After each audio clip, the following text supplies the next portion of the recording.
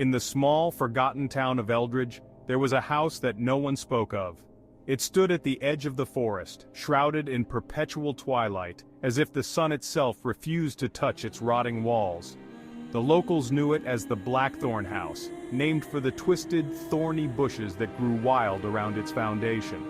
No one could recall when it was built or who had lived there last, but it was said that those who entered never returned. Lila Gray was a journalist with a fascination for the macabre. She had written articles about haunted places and eerie occurrences, always chasing the thrill of fear. When she heard about the Blackthorn house, she knew she had found her next story. Despite the warnings from the townspeople, Lila was determined to uncover its secrets. On a cold, moonless night, she made her way to the house. The path was overgrown, the air thick with the scent of decay. As she approached, the wind seemed to whisper her name, urging her to turn back. Ignoring the chill that ran down her spine, Lila pushed open the creaking door and stepped inside.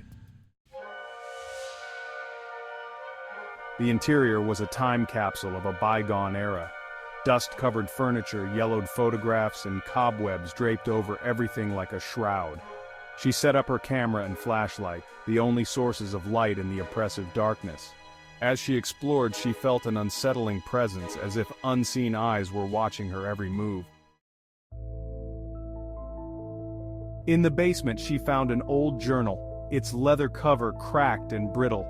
The entries were written in a spidery hand, detailing the life of a man named Edward Blackthorn. He had been a reclusive alchemist, obsessed with discovering the secrets of life and death.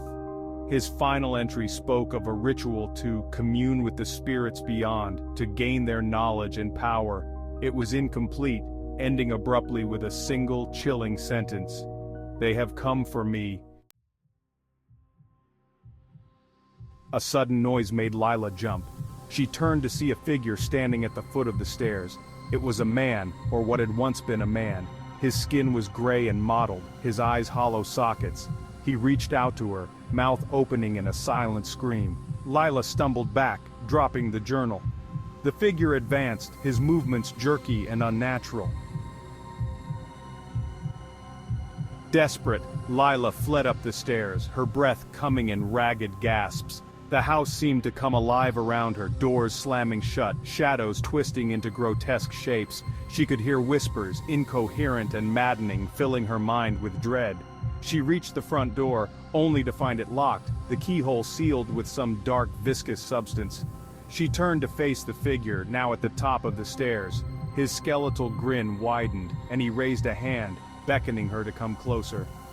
Lila felt an unnatural pull, her limbs moving against her will.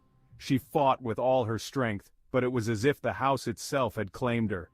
In a final, desperate act, she grabbed her flashlight and smashed it against the window. The glass shattered, and she climbed through, cutting her hands and arms on the jagged edges. She ran, not daring to look back, until she reached the safety of the town. The next morning, Lila was found wandering the streets, muttering incoherently about shadows and whispers. She was taken to the local hospital, but no one could make sense of her ramblings. The townspeople, knowing the legend of the Blackthorn house, understood that she had been marked. Lila never recovered, her mind forever trapped in that nightmarish place.